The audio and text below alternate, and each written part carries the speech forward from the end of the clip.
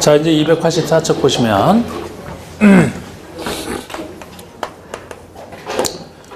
건축법이 어디에 적용되는지 적용 대상에 대한 부분이 나오거든요. 우리 청론 파트에서 이제 용어 다음에 적용 대상. 이거는 크게 대상물, 어떤 물건에 건축법이 적용될 것이냐, 대상 행위, 어떤 행위를 하는데 건축법이 적용이 될 것이냐, 그리고 대상 지역, 그래서 어느 지역에 지역별로 건축법에 적용되는 범위가 다르게 되어 있습니다.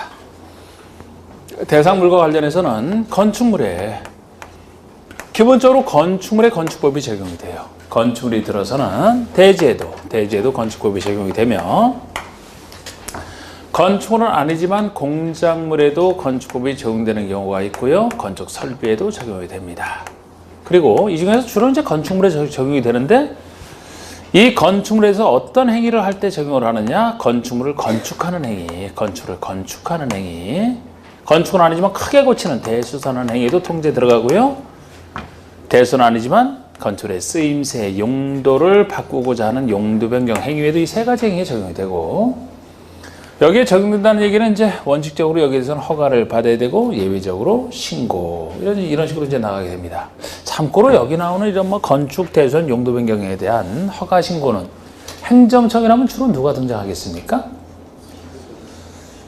1번 국장, 2번 시도지사급, 3번 시장의수 구청장급. 시장의수 구청장? 왜요? 작은 일이라? 그런 식으로 역시 행정처도 느낌 딱 잡으신다고. 응?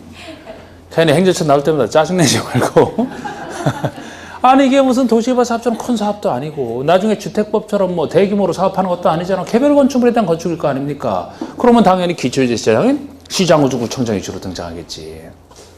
물론 예외 있을 수는 있어요. 대부분 건축법에서는 시장의수 구청장, 자치도에서는 그 사람이 하잖아. 자치도에서 시장의수 구청장, 대부분 그 사람이 된다고. 이제 그걸 전제로 해서 아닌 것들 이제 나올 때마다 조금씩 해두시면 건축법도 정리가 되는 거죠. 적용대상 지역, 건축법의 모든 규정이 전면적으로 다 적용되는 전면적 적용대상 지역과 일부 규정은 적용이 되고 일부는 적용 안 되는 일부 적용대상 지역, 이렇게 이제 나눠볼 수가 있어요. 요거부터 들어갑니다. 건축물부터. 자, 먼저 대상물 중에 1번의 건축물, 아까 배웠던 의 건축법이잖아요. 그러니까 건축물에 해당되면 기본적으로 건축법은 적용된다 보시면 돼. 적용돼요. 안 되는 예외가 있어. 안 되는 예를 구별하셔야 돼. 방금 이번에 다음에 해당하는 건축물에는 적용하지 않는다. 그러니까 건축법 자체가 적용 안 되는 걸 얘기해요. 건축법에 뭐 개별 규정 포함해서 다 적용 자체가 안 됩니다. 5가지를 구별하셔야 되는데, 1번과 나머지 이 이유는 2가지 중에 하나거든요. 1번 같은 경우에는 법의 목적이 달라서예요. 2, 3, 4, 5, 4가지는 대지를 특정할 수 없어서 그렇게 생각하시면 됩니다. 2가지 이유로. 이것도 단순 안개봤자 바꿔내면 못 쓴다니까. 그러니까 이유를 잘 가지고 왜 그런지 이해를 하시라고요. 1번에 문화재 보호법에 따른 지정, 가지정 문화재. 자, 문화재 보호법에 따라서 문화재로 정식 지정이 됐다, 아니면 임시지정, 가지정만 됐다 하더라도 건축법 통제 벗어납니다. 왜? 법의 목적이 달라서라 그랬어요. 여러분, 문화재로 지정되거나 가지정될 정도만 하더라도 굉장히 오래된 건축물이잖아. 목조 건축물이 막 수백 년 된 그런 건축물 있잖아요. 건축법은 건축의 안전을 위한 법이야. 건축의 안전을 위한 법. 건축법 시각에서 지정, 가지정 문화재를 바라보게 되면 이것은 어이구 이렇게 오래된 거 이거 위험해서 어떻게 쓰냐, 부수고 똑같이 새로 짓자, 이런 시각으로 보게 돼 있어요. 안전을 가지고 보니까. 만약에 문화재보호법 시각에서라면 오래된 그 현상 그대로 보호하는 게 목적 아닙니까? 건축법 적용하면 안 되겠죠? 건축법 적용하면 문화재 남아나는 거 하나도 없다니까. 다 새 거로 교체. 건축법 적용 안 해. 그래서 우리 남대문 불났을 때도 그거 복원하는 사업 건축법 전혀 하나도 적용 안 됐어요. 문화재보호법이 적용돼서 이제 오랜 시간과 같은 그런 제재 하에서 한 거지. 만약에 전통 건조물, 전통 사찰 이런 거 나왔습니다. 건축법 적용됩니까? 안 됩니까? 빨리 판단해봐요. 이거 시험에서 나왔는데 판단 못하고 뭐 계속 뭐 오래 갈 거 아니잖아. 에? 적용 안 돼요? 제가 지금 건축물에는 적용되는 게 원칙인데 지금은 건축물의 모양 중에서 5가지만 적용 안 된다 그랬잖아. 그럼 전통 건축물, 전통 사찰에 건축물 적용 되나요? 안 되나요? 돼요. 그래야지.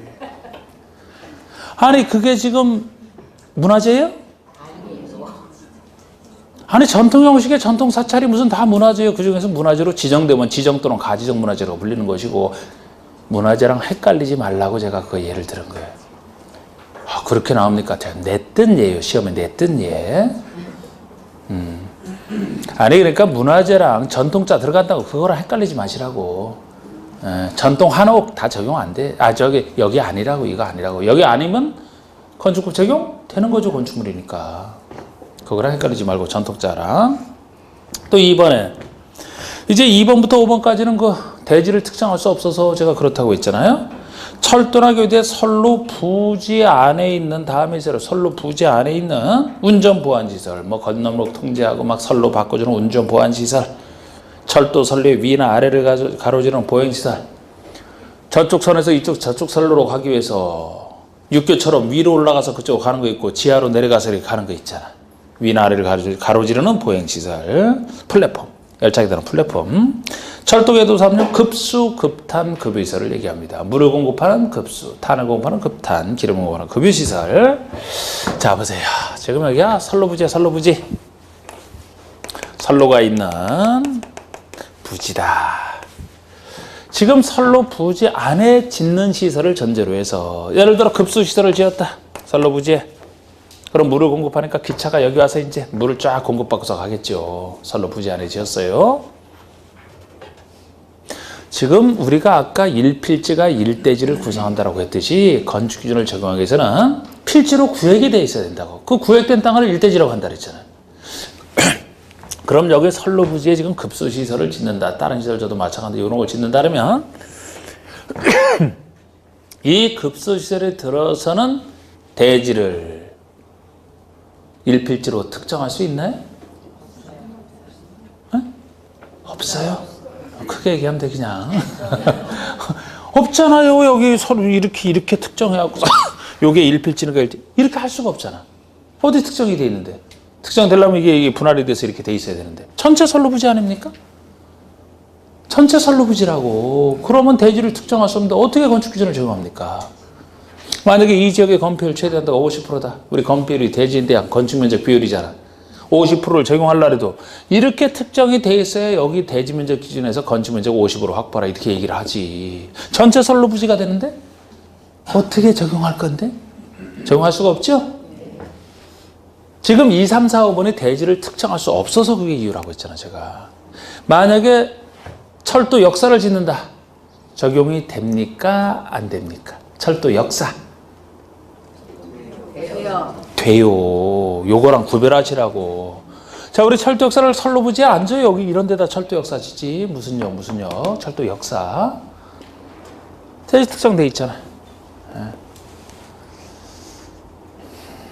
선로 부지 안에 있는 걸 전제로 해서. 그럼 세 번째 보시면 고속도로 통행료 징수시설. 고속도로 통행료 징수. 뭐를 얘기합니까? 영어로? 톨게이트. 자, 우리 경부고속도로의 판교 톨게이트를 그려보겠습니다. 고속도로 판교 톨게이트 이렇게 돼 있잖아. 여기야 여기. 톨게이트 들어섰어 여기 이렇게. 요새 톨게이트의 한 5분의 4 정도는 하이패스죠? 예를 들어서 건축물이잖아. 지붕과 기둥 또는 벽이 있잖아요. 그런데 이 톨게이트에 들어서는 대지를 도대체 어디로 특정돼 있나요? 없잖아요. 그럼 대지 뭐 없잖아. 대지를 특정할 수 없어서 지금 적용 안 한다니까? 특정이 안 돼 있잖아. 뭐 요렇게만 했다. 뭐 이게 경계가 돼 있나 뭐가 돼 있나. 전체 경부고속도로 전체 땅 다 되잖아요. 어떻게 적용할 건데? 똑같은 논리라니까 지금. 쭉 연결돼도 고속도로 다가 되는데. 그 다음에 컨테이너를 위한 간이 창고가 나옵니다. 이것도 괄호 속에 공장 용도로만 사용되는 건축의 대지에 설치하는 것으로서 공장 안에 설치하는 것으로서 이동이 쉬운 것만 해당한다 이 말이 붙어 있잖아. 지금 이동이 쉬운 것만. 자, 컨테이너 박스, 물건 운송에 쓰이는 컨테이너 박스를 그렸는데 요거를 물건 운송에 안 쓰고 이게 참 튼튼하게 잘 지어져 있어요. 그래서 요거를 땅에 차다가 땅에 정착을 시켜놓고 문 만들고 창문 만들어서 여러 가지 용도로 쓰이고 있어요. 실제 많이 쓰고 있습니다. 거주용으로 주택으로도 많이 써요. 주택으로도. 사무실로는 더 많이 써요. 제일 많이 쓰는 게 각 동네마다 있는 해병 전후의 사무실. 이거를 만들잖아. 빨간색 노란색 칠해가지고. 봤죠? 네. 분양 사무실로도 가끔 써요. 우리 공인지사 입장에서는. 떴다방 이런 거 할 때. 간이 창고로도 많이 써요. 자, 지금 제가 이렇게 설명한 거 이거 건축부 적용 받습니까? 안 받습니까? 적용? 벌써 안 받는다면 틀린 거예요. 적용 받아요. 최근 문제에서 적용 받아요. 지붕과 기둥 또는 벽 있네. 그리고 땅에 정착돼 있으니까 대지 분명히 남의 땅에 설치 못하고 자기 땅에 설치를 할 거고 대지 특정돼 있고 적용돼요. 근데 뭐가 안 되느냐 이거를 공장 안에서 쓰는 간이창고로서 간이창고도 적용되는 거예요. 근데 공장 안에 쓰는 것으로서 이동이 쉬운 것만 그러잖아. 이동이 쉽다는 전제, 이동이 쉽다는 얘기는 땅에 정착하지 않았다. 언제나 이동 쉽게 그냥 옮겨놓으시게만 하는 거잖아. 땅에 정착성이 없어요. 대지를 특정할 수 없잖아. 그럼. 전체 그렇다 큰 넓은 공장 대지를 전체를 다 대지를 볼 수도 없고 그 조건하에서 안 된다는 거예요. 그래서 이것도 컨테이너의 컨을 외웠던 간이창고의 간을 외웠던 그 외워봤자 소용없었고 최근 문제 중에 나온 게 지금 이거였다고 이거. 최근 문제 중에서는. 공장 안에 쓰는 것으로 이동이 쉬운 이 전제 하에서만 이동이 쉽기 때문에 정착성이 없어서 대지를 특정할 수 없어서 적용 안 되는 거지. 이 전제 조건이 빠지면 적용되는 거라니까요. 그래서 제가 단순 암기는 소용없다 이렇게 얘기를 하는 거예요. 그냥 이해를 하라고요. 4번, 5번. 하천법에 따른 하천구역 내 숨은 조작실. 자, 하천. 제가 올해 개선된 게 하천을 이렇게 그리기 시작했다는 거예요. 맨날 똑같이만 이렇게 하다 보니까 안 됐어요. 하천 같잖아요, 이제. 여기 4대강 사업하면서 수문을 만들었어요. 여기 수문을 조작하는 수문 조작실을 만들었어요. 수문을 조작하는 수문 조작실. 그 건축물입니다. 왜 적용 안 돼요, 그런데? 왜? 하천구역 내에 있다니까? 역시 대지가 특정되지 않았죠? 전체 하천구역이 다 될 거 아닙니까? 특정할 수 없잖아. 어떻게 적용할 건데? 요것까지 건축 적용 안 되는 예로 기억을 하셔야 돼요. 안 되는 예로. 자, 우리 대지는 1필지 1대지 원칙인데 그렇지 않은 예외는 나중에 3, 4월에 할 때 하면 되고 넘겨보세요. 자, 3번에 공작물이에요. 공작물. 아이고 미안합니다. 넘기기 전에 밑에 나와 있네. 공작물이. 공작물. 자, 여러분 일단 요 보기 전에 한번 생각해 봐요. 지금 이제 요거거든요. 공작물. 자, 건축법이니까 건축물에 기본적으로 적용되는데 안 되는 예를 배우셨단 말이에요. 그럼 여기 공작물은 건축물이 아닌 걸 전제로 하는 거예요. 공작물에서 건축물 요건 갖추면 건축물이 됐으니까 건축물이 아닌 공작물을 여기서 전제로 한다는 겁니다. 그러면은 기본적으로 건축물이 아니니까 그냥 인공시설물인 공작물에는 원칙적으로 건축법 적용할 필요 없다고 보시면 돼. 건축물에 주로 적용되니까. 그런데 예외적으로 적용되는 경우가 있어요. 건축 통제에 들어가는. 그러면은 그러한 공작물이라면은 큰 공작물이 문제가 돼서 통제할 필요가 있을까요? 작은 공작물이 통제 대상이 될까요? 큰 게 문제가 된다고. 큰 게. 공작물에 전혀 적용을 안 했다가 큰 공작물에도 불구하고 건축부 통제 안 받아서 나중에 무너지기라도 하면 사람 다칠 거 아닙니까? 그런 느낌으로. 그래서 공작물은 큰 게 그것도 신고밖에 없어요. 신고밖에 없어요. 이 건축물을 건축 대수선 용도할 때는 다 허가 신고라고. 허가 신고. 원칙의 허가, 가벼운 게 신고. 그런데 공작물 자체는 크다 그래도 건축물이 아니기 때문에 기본적으로 신고밖에 없어요. 허가 대상은 아예 없고 여기에 해당되지 않으면 신고도 필요 없는 거지. 신고라는 규정 하나만 적용될 뿐입니다. 그것도 아까 시장의 수지 신고하라는 거 이미 다 말씀드렸고. 자, 보세요.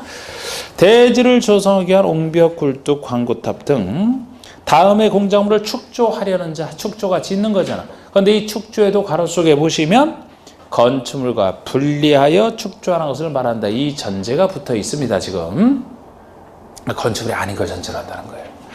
제가 아까 공작물인데 건축물과 분리하지 않고 건축물에 딸려 짓는다면 건축물 속에 포함된다 그랬죠?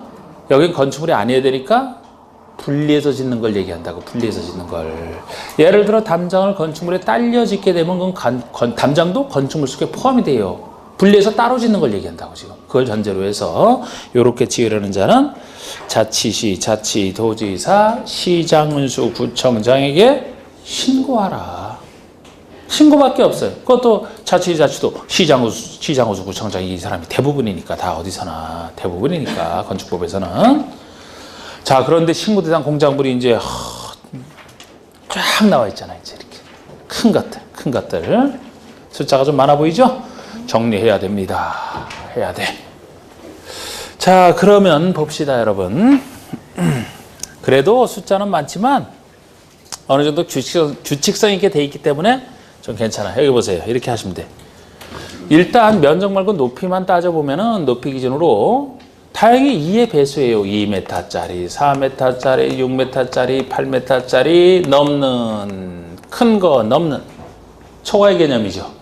이 넘을 때가 신고다라고 하는 건데 이렇게 2의 배수 2, 4, 6, 8로 딱 느낌을 잡아두시고 2, 4, 6, 8m 중에서 대부분이 6m다. 이 중심을 6m로 보시라고. 대부분 공작물이면 6m 넘는 게 신고다. 중심을 6m로 보시고 그렇지 않은 걸 따르게 가시는 게 좀 더 편하고 이해할 거 이해하고 외울 거 외우고. 자, 예를 들어 담장 같은 거 대표적으로 한번 생각을 해봐요, 여러분. 담장이 큰 게 신고다. 그럼 보통 사회적으로 어느 정도를 크다는 기준으로 볼 것이냐. 2, 4, 6, 8 중에서 찾아봐야 되는데 보통 여러분들이 생각하는 담장 높이 어느 정도가 2, 4, 6, 8 중에서 어느 게 좀 커 보여요? 4? 2? 2m? 2m? 특히 이렇게 하다가 저랑 눈빛이 마주치면 더 대답을 해야 돼. 어떻게 보셔요? 2? 4? 2가 대다수? 2m로 봐야지. 아니 담장의 기능을 하기 위해서 여러분 돌아다녀 봐도 우리 키보다 조금 높으면 되죠? 이게 너무 높아도 그래. 바람 안 타고 안 좋아. 그런데 담장으로서 뭐 사생활 보호 목적이다 그러면 키보다 약간만 높으면 바로 그래도 잘 안 보이고 쳐다볼 수도 없고 2m 정도. 그러니까 담장은 대표적으로 2m 넘을 때 신고. 2m 이하까지는 2m까지는 신고 없이 그냥 할 수 있어요. 담장이 2m 기준이에요. 4가 한 마디 나왔는데 4m를 보통 담장 높이로 본다면 사람 잡아놓는 교도소 같은 데서나 이게 사람 도망 못 가게 하는 게 4m 높이지 무슨 이 살이 될 수가 없지, 그죠? 보통 담장 높이는 살 2로 봐야 돼. 옹벽. 요 둘은 상식으로 옹벽. 우리 옹벽이 무너질 우려가 있는 곳에 무너지지 않도록 담장처럼 콘크리트로 받쳐놓는 게 이게 옹벽이거든요. 담장과 비슷한 느낌으로 보시면 돼. 옹벽 아파트 단지에서 보셨어요, 혹시? 우리 뒤쪽에 가면은 우리 좀 경사진 곳에 이렇게 설치해 놓은 거. 앞으로 이제 구멍만 뽕뽕뽕뽕 나 있어. 대지는. 여기는 철산이잖아. 철산이니까 산 쪽에 뭐 아파트를 지었다 그러면 분명히 옹벽이 뒤에 설치가 돼 있을 텐데. 찾아봐요, 가서. 보통 이제 우리가 고속도로 가다가 도로 건설했을 때 그 옆에 설치하는 것도 옹벽이라고. 그건 이제 아주 특수한 옹벽이고, 보통 이제 옹벽은 담장 비슷하게 생겼어요. 못 봤어요, 아직? 옹벽? 이렇게 별로 옹벽을 잘 모르는 것 같네. 보통 요새 도로 조성한다면 그 옆에 다 옹벽에서 차 타고 다니다 보면 무너지지 않도록 딱 쌓아놓고 옆에서 보면 탁 이렇게 돼 있고 요렇게 구멍이 이렇게 나 있는 게 여기 이제 이 빗물이 이렇게 들어왔다 그러면은 요걸 통해서 빗물이 빠져나와야 이게 무너지지 않기 때문에. 에이, 몰라요. 있어, 이렇게. 상을 못 본 것 같네. 옹벽. 담장 옹벽이 2m 합니다. 자, 요거. 각종 광고를 하는 광고, 탑이 됐든 광고판이 됐든 광고랑 관련된 게 4m 넘는 거예요. 광고. 고가수조라고 있어요. 고가수조. 고가 수조. 수조가 물 담는 게 수조잖아. 그런데 고가 높은 곳에 설치하는 수조. 고가 수조. 요거는 요렇게 앞글자 따서 그냥 사광팔고 이렇게 해서 이건 이렇게 해주는 게 좋아요. 사광 판다는 게 무슨 이야기예요? 고스톱 할 때 글쎄 광 파는 사람 중에 사광팔고 시작한다고. 사광팔고. 그래서 광이 여기 2m는 따로 있고 여러분 이 광 중에서는 제일 잘 나가는 게 사광밖에 없잖아. 뭐 6광이야 8광이 있나. 광 5개밖에 없으니까 5는 없고 사광 8고 2m는 담자공백이니까 사광 8고 요렇게 해서 높이는 그전에는 요렇게 이사륵발에서 딱 끝났었어요. 그런데 요새 신에너지 정책이 새로 되면서 하나 더 나중에 추가된 게 이사륵발을 기본으로 잡았을 때 중간에 5m짜리가 새로 추가된 게 있어. 5m짜리 5m 넘는 게 요것이 태양에너지 발전 설비예요. 태양에너지 발전 설비 요새 많이 설치하는 태양에너지 발전 설비. 요거는 오 나이 태양 딱이네. 오 나이 태양. 응? 오 나이 태양. 다 가슴 속에 있어요? 한 사람씩?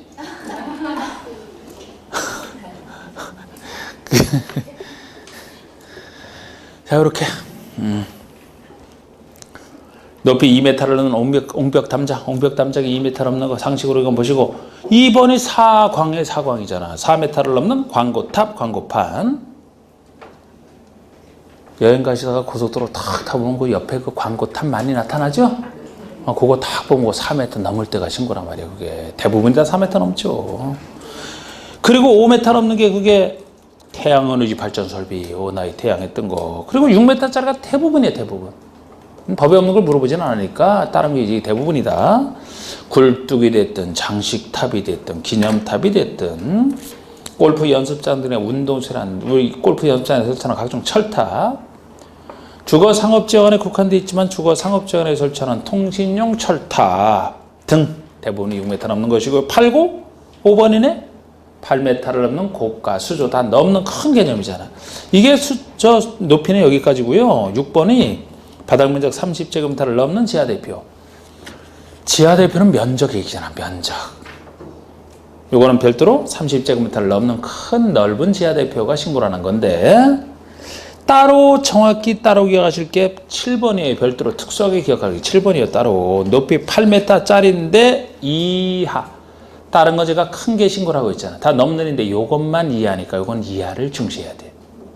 8m 이하라는 걸 중시해야 돼요. 8m 이하의 기계식 주차장 및 철골 조립식 주차장으로서 외벽이 없는 거. 외벽이 없는 걸 전제로 해서.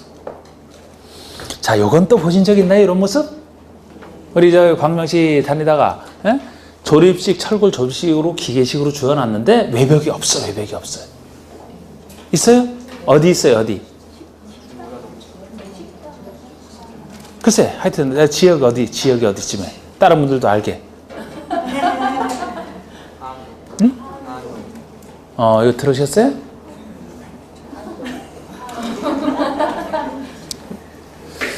외벽이 없어야 돼요, 여러분. 주차 빌딩 얘기하는 게 아니에요. 보통 주차 빌딩은 벽이 있고 지붕이 있으면 건축물이거든. 건축물에는 공작물을 얘기하잖아.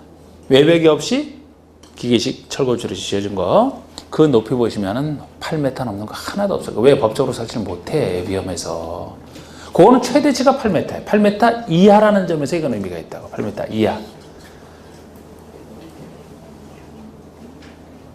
아니 8m 넘어서까지 설치는 외벽도 없다니까. 그럼 무거운 차를 주차하는 건데. 예를 들어 뭐 8m 넘어서 뭐 한 10m, 20m 이렇게 설치했다면 여러분들 거기 가서 주차할 것 같아요? 외벽도 없다니까. 무섭겠죠? 벽도 없는데 혹시 주차비를 줄 테니까 주차하라 그러면 그래도 안 할 거라마? 위험해서 8m 이하라니까. 8m 이하. 그거 보신 분들 높이 8m 넘지 않았겠죠? 제봐요, 제봐. 8m 이하라는 거 잘 아셔야 된다고. 됐어요. 공작문 됐어요. 건축 설비 별로 의미 없어요. 이거는 아까 그 뭐 설비인데 뭐 기술적인 부분에 불과하잖아. 그러면 저은상 행위를 보겠습니다. 이제 행위. 행위 중에 1번 건축. 이 건축의 가장 기본적인 개념이지.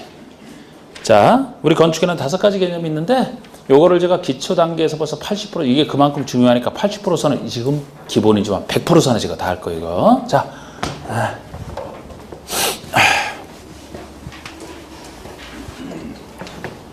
자, 여기를 또 잘 이해하시고 책을 통해서 보시면 돼요.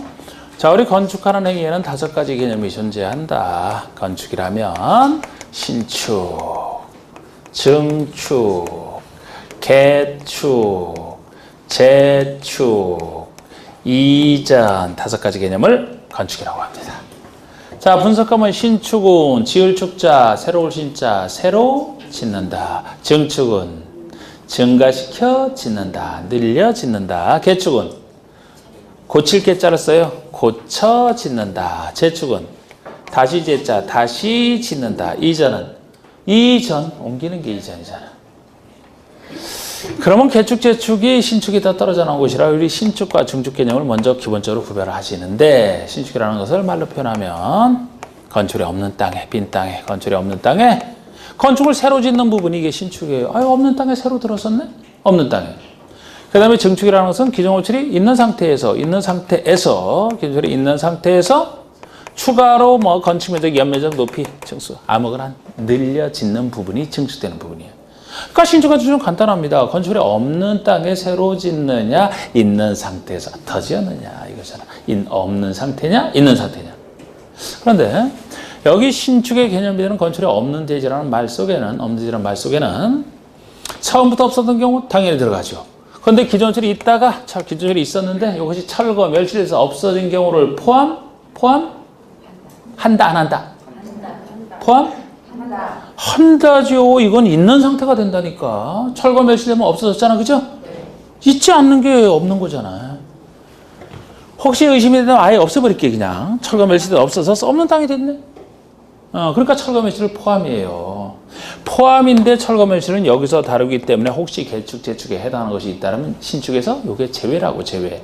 그리고 그렇지 않은 걸 전제로 해서 이제 된다, 이렇게 얘기를 합니다. 그리고 자, 여기 건물이 있는데, 이 땅에 건물이 있는데 기존 건축물이 있어요. 있는데 이 기존 건축물이 부속 건축물이야.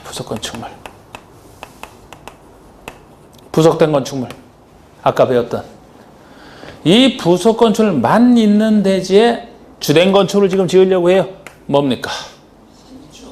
신축? 왜 신축이에요?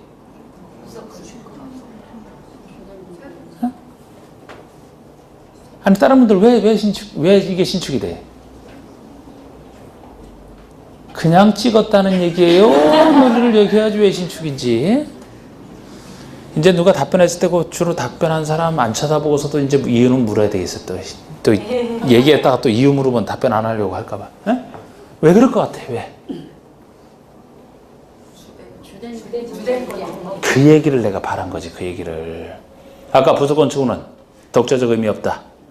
주된 건축을 기준으로 판단하신다 그랬죠? 네. 그러면 부속 건축물만 있다는 얘기는 뭐예요? 주된 건축물이 없는 땅에 새로 들어섰으니까 신축이 되지.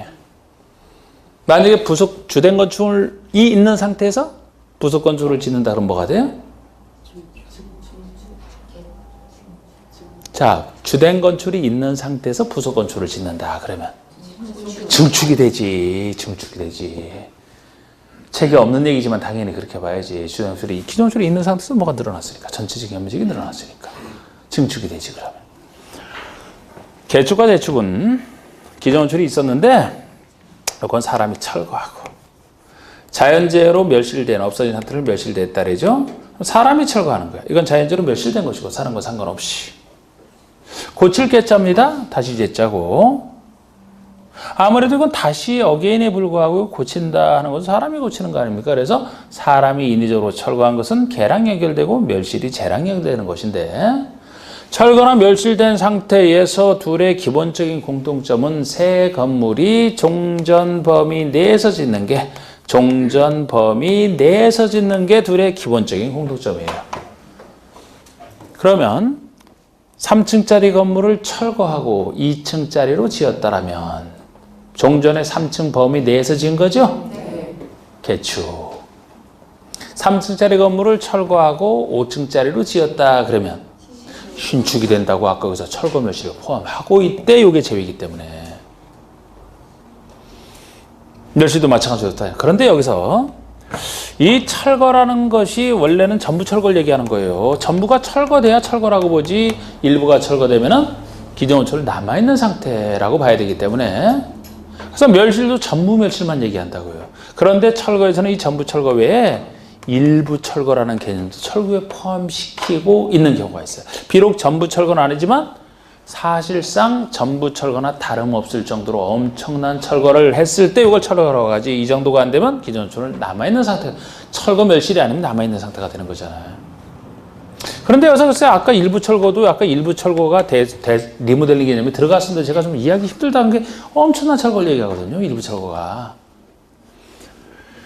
자, 우리 아까 배웠던 주요 구조부 6가지 중에서 더욱 중요한 주요 구조부를 4가지를 꼽고 4가지 중에서 동시에 3곳 이상이 철거될 때. 그럼 일단 4가지를 먼저 꼽는다면 자, 4가지 일부 철거에서 우리 주요 구조부에 4가지를 먼저 꼽으면 뭐부터? 일단 건축의 3요소부터 먼저 집어넣고 나머지 하나 찾으면 쉽겠네, 그죠?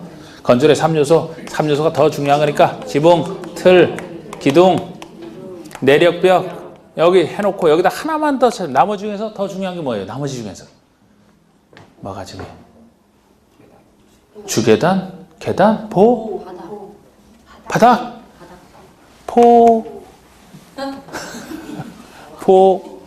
왜 보냐? 보가 바닥 받치고 있는데 보가 무너지면 바닥 자연스럽게 무너지겠네? 그럼 거기 걸쳐있는 주계단도 당연히 같이 무너지겠네? 그럴 것 같죠?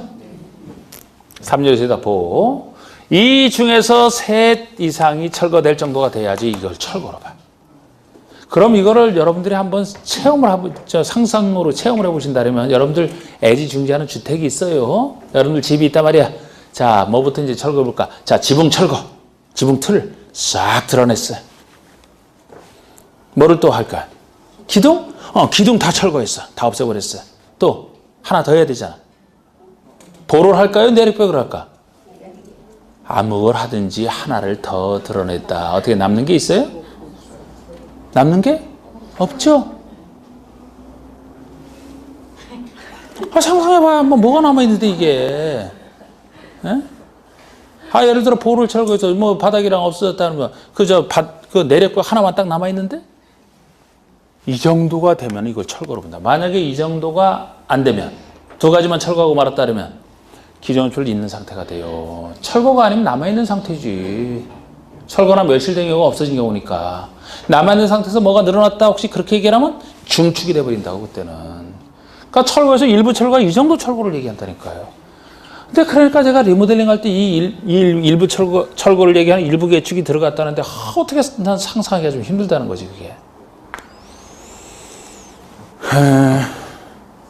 자, 우리 멸실 종전범위내가 재축이라고 했는데 보통 종전범위내지만 우리 멸실의 개념에서 어느 것 하나가 종전을 초과하더라도 재축이 되는 경우가 있어요. 이것도 나중에 재축 개념이 개정되면서 좀 더 넓혀놓은 거예요. 그런데 절대 우리 기준 중에서 연면적의 가격에는 제일 영향을 미치는 게 연면적이에요. 우리 연면적 크기에 따라 가격과 이용 가치가 달라지거든. 그래서 연면적은 절대 정주원 규모를 넘어서면 안 됩니다. 근데 연면적이 아닌 동수, 충수, 높이 중에 어느 것 하나만, 동수가 이제 그 대지에 몇 동 있다, 그 동의 수, 층의 수, 높이 중에 둘도 아니에요. 어느 것 하나만 정규모를 초과하더라도 거기까지는 재축으로 봐줘요. 연면적이 초과한다면 재축이 아니에요. 연면적은 중요한 연면적은 정규모 이하이지만 동수, 충수, 높이 중에 어느 것 하나만 초과되는 것까지는 여기로 봐준다고 나중에 개정돼서. 그렇지 않은 게 신축이 되는 것이고. 그럼 이전을 그림 그려보면 이전은 건축물이 있는 상태에서 요거를 그대로 옮겼어요. 그대로 옮겼어요. 제가 그림은 이거 똑같이 복사해서 옮겼다 이렇게 생각하시면 돼요. 사실 보니까 조금 다른데요. 그냥 그렇게 보시라는 거예요. 똑같이 옮겼어요. 이전에 그래서 2가지 요소를 이전에 들려면 2가지 요건을 꼭 따져야 되는데 첫 번째 요건이 그대로 옮겼다. 주요 구조를 해체하지 않고 이런 표현을 쓰는 거예요. 주요 구조를 해체하면 안 돼. 해체하지 않고 그대로 들어 옮기는 걸 얘기합니다. 또 하나 요건은 같은 대, 그림상 같은 대지에서 위치만 다른 위치로 바꿨잖아요. 같은 대지 있잖아. 이게 2번째 요건이 돼요. 만약에 같은 대지가 아니고 인접한 대지로 옮겨간다 그러면 이전이 될 수가 없어요. 만약에 인접한 땅으로 옮겨간다면 뭐가 될 것 같아요? 건축물이 없는 땅에 옮겨가면 뭐가 됩니까? 신축. 건축이 있는 땅에 옮겨가면 증축이 되는 거라고. 이건 그러니까 이전이 아니지. 그래서 이전이 되려면 그대로 주요 구조를 해체하지 않고 어디에서? 같은 대지에서. 이 두 가지 요건 중에 어느 것 하나만 틀려도 틀리는 거라고. 정확히 다 말씀드렸어요, 이제. 자, 우리 다시 한번 보시면 신축이란 건축물이 없는 대지에서, 그렇잖아, 없는 대지에서. 근데 괄호 속에 기존 건축물이 철거, 멸실된 경우를 포함하잖아요. 여기다 새로 건축물을 짓는 것을 얘기하는데, 이때도 괄호 속에 부속 건축물만 있는 대지에 새로 입주된 건축물을 축조하는 것 포함. 부속 건축물만 있다는 얘기는 주된 건축물 없는 땅에 새로 지으니까 신축이라 그랬잖아. 포함. 개축, 재축에 해당하는 것은 제외. 그러니까 여기서 개축, 재축이 아닌 걸 얘기하는 거죠.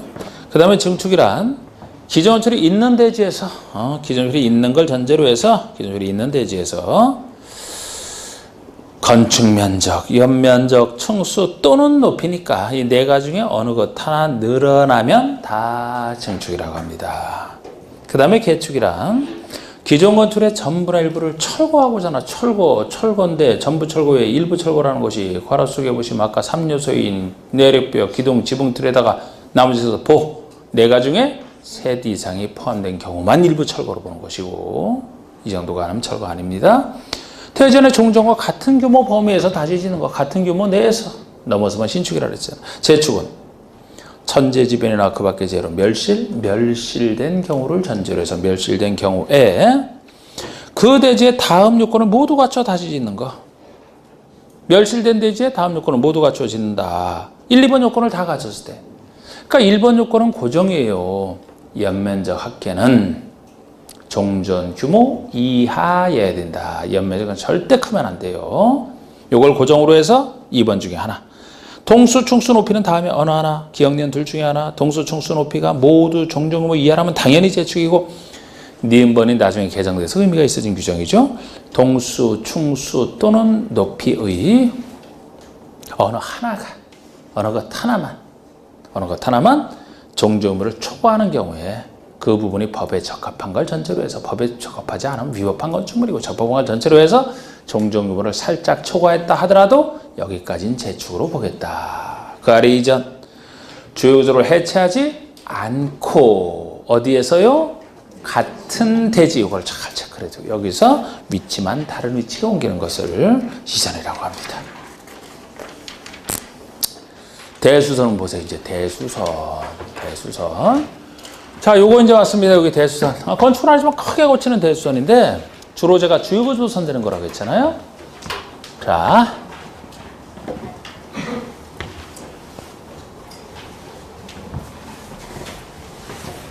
자, 잘 봐요.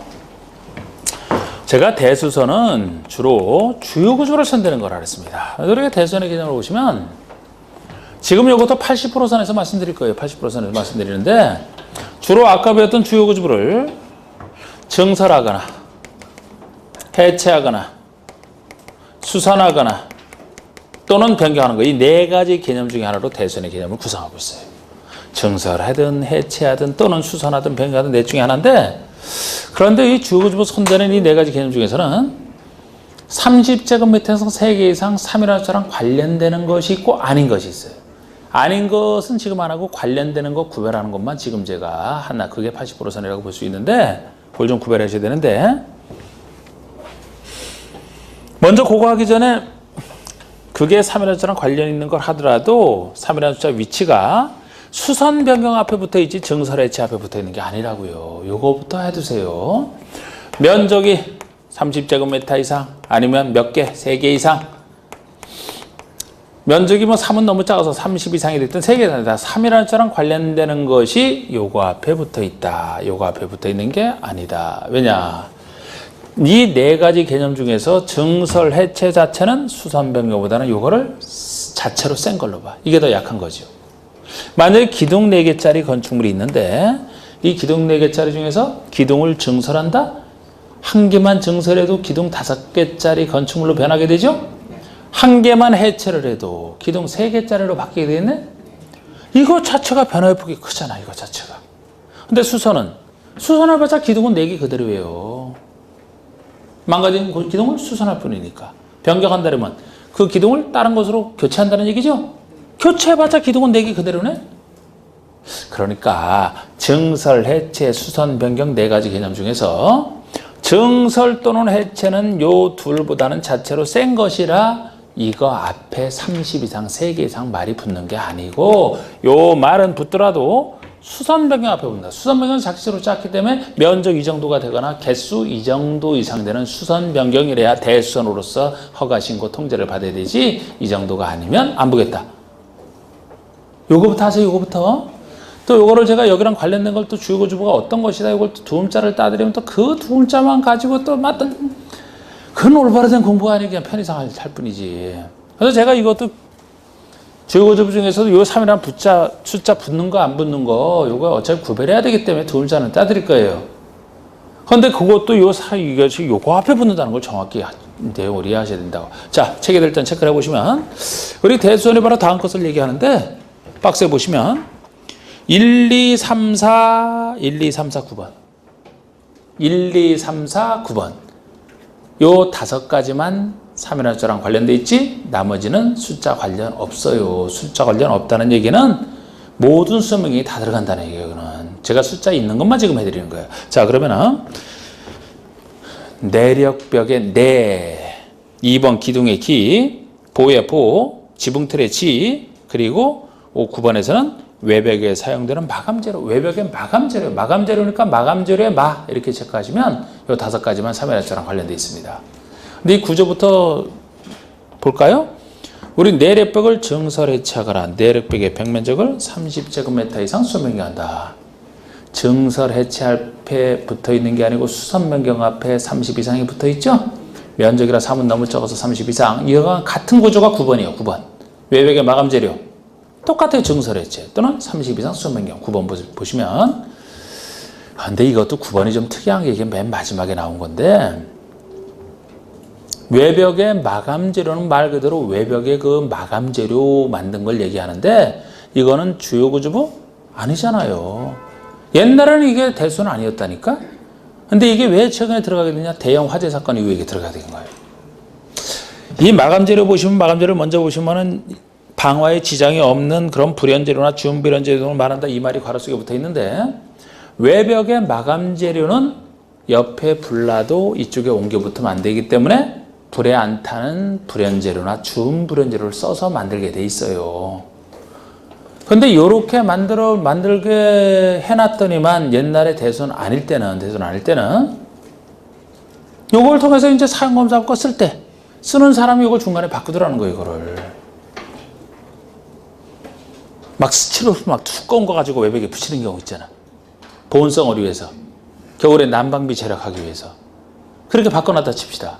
대선 아니었을 때는 허가신고 통제 없으니까. 대선에 해당돼야 통제를 받거든요. 옛날에 아니었을 때. 그렇게 해놨더니 막 에너지 절약하고 좋다 막 이렇게 되는데 불나니까 그냥 이 장점이 단점으로 확 바뀌게 되잖아. 이쪽에 불이 한 번 나니까 그전에는 외벽에 마감재료를 불연재료를 썼으니까 고치지 않았다면 불에 잘 안 옮겨 붙는데 아까처럼 이렇게 대놓으니까 신나게 막 붙은 거지. 몇 년 전에 그래서 대형 화재 사건 한 번 나왔어요. 그때 이후로 요게 올라간 거예요. 주로 주거주 손대는 게 아니지만 요거 화재 위험 때문에 함부로 손대지 말라 해서 그때 추가된 건데 내력벽 구조랑 비슷하기 때문에 같은 구조로 돼 있고 그 다음에 2, 3, 4번이 기둥부 지붕틀이요. 같은 구조예요 이게. 증설 해체할 때는 한 개만 돼도 상관없어요. 그런데 수선 변경할 때만 적어도 3개 이상 수선 변경할 때 이렇게 붙어있고 다른 건 숫자 없습니다. 요거 이해했어요? 이렇게? 구별하는 거 대선인지 아니지? 테스트 해볼까요? 뭐 실제 테스트하는 걸로 문제 되는데 뭐 해봐야지. 자, 이해되시 따르면 물어볼게요. 대수인지 아니지. 외벽의 마감 재료를 10제곱미터 증설했습니다. 이렇게 지문이 나왔어요. 대수입니까? 아닙니까? 아니에요. 왜요? 30 이상이 아니라니까? 아니니까 땡입니다. 땡. 대수이죠. 증설이라고 했잖아.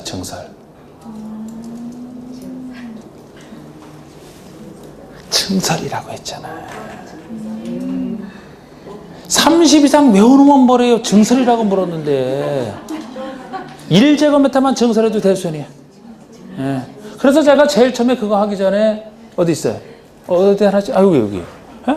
항상 수선 변경 자체가 작기 때문에 이 정도 규모는 돼야 된다고 전제를 항상 해놨잖아. 증설을 물었잖아. 그러니까 여러분 30이랑 관련되는 거 우리 체크한 거고 체크한 거? 그거 해놨어요. 두 글자 외워놨어요. 만약에 체크해서 외워놨어요. 30 이상 외우는 것 때문에 오히려 틀린다고. 그 전에 증설해체 둘 중에 하나인지 수선명인지 이걸 구별해 봐야 돼요. 실제 이렇게 낸다니까요. 어려운 부분은 잘 나오는 부분은 세밀하게 낸다니까 이렇게. 잘 내지 않는 부분은 대충 뭉그려서 가끔 나오는 건 그렇게 내지만 증설이라고 했죠? 대순이다 해야 돼. 10제곱미터 만약에 변경했다 그러면 아니죠. 그때가 아니지. 30 이상이 아니기 때문에 변경이잖아. 변경. 그걸 잘 보시라고. 이제 안 헷갈릴 것 같아요? 또 물어봐야지. 그럼 진짜 헷갈리면서. 자, 기둥을 2개 해체했어요. 2개 해체했어. 대선입니까? 아닙니까? 대수선? 이다. 해체니까. 2개 수선했다 그러면? 아니, 잘했어. 그리고 지금 제가 읽은 거 두 음자로 딴 거 있잖아요. 순서대로 해보면 내기 보지 마. 여기 뭐랑 관련돼 있다고요? 3이라는 숫자랑 관련돼 있다. 외우기 좋네? 전화했던 두 음자 따는 거를 참 훌륭하게 한다니까. 말되게 한다 그랬잖아. 지금 내기 보지 마. 3이라는 숫자랑 관련돼 있잖아요. 3. 그럼 이렇게 써놓으니까 뭐가 돼요? 젊은 사람들 왜 말투 중에 이거 카톡 같은 거 보낼 때 뭐뭐 하지 마, 뭐뭐 하삼 막 그러잖아. 남들 내기하는 거 보지 말라고 얘기해 주는 거잖아. 내기 보지 마서. 남이 내기하는 거 보고 싶어요? 난 직접 하고 싶어. 내가 보는 것보다. 내가 직접 하라. 보지 말고 내기 보지 마. 3. 3이라는 숫자로 연결한 게 요거만 하면 또 어디 쓰는지 모를까 봐. 이게 3이라는 숫자랑 관련돼 있다. 3이랑 관련돼 있는 것은 요거밖에 없다. 다른 거 관련 없다. 내기 보지 마. 3. 참 훌륭하죠? 그렇게 해서 외워두시되 수선 변경 앞에 30 이상 3개 이상이 붙어 있다는 거 그걸 주의하시고. 그러면 10분 쉬었다 합시다. 됐어.